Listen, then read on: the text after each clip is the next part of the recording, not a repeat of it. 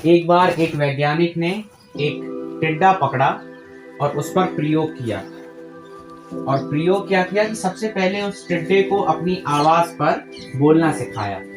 जैसे ही वैज्ञानिक कहता कूदो, टिड्डा कूद जाता।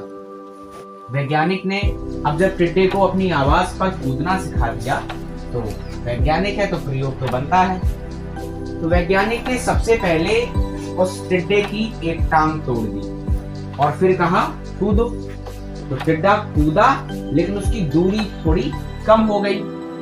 वैज्ञानिक ने उसकी दूसरी टांग तोड़ दी, कहा कूदो, तो उसकी दूरी और कम हो गई। वैज्ञानिक ने उसकी तीसरी टांग तोड़ दी तो उसे कूदने में और समस्या हुई।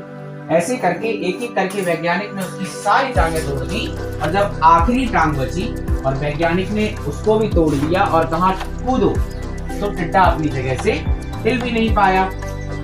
अब वैज्ञानिक ने निष्कर्ष निकालकर अपनी डायरी निकाली और उस डायरी में लिखना शुरू किया।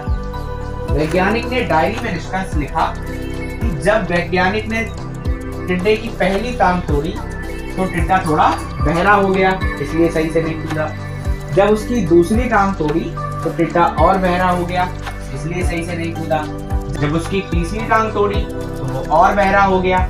ऐसे ऐसे जैसे जैसे उसकी टांगें टूटती गई वैसे वैसे वो बहरा होता गया और अंत में उस पर बिल्कुल फर्क पड़ना ही खत्म हो गया। यानी वैज्ञानिक ने लिखा जब उसकी आखिरी टांग टूट गई तो उसको खूब चिल्लाते रहे कूदो कूदो, लेकिन वो नहीं कूदा। अब आप सभी के मन में एक बात जरूर आ रही होगी, कितना मूर्ख वैज्ञानिक था।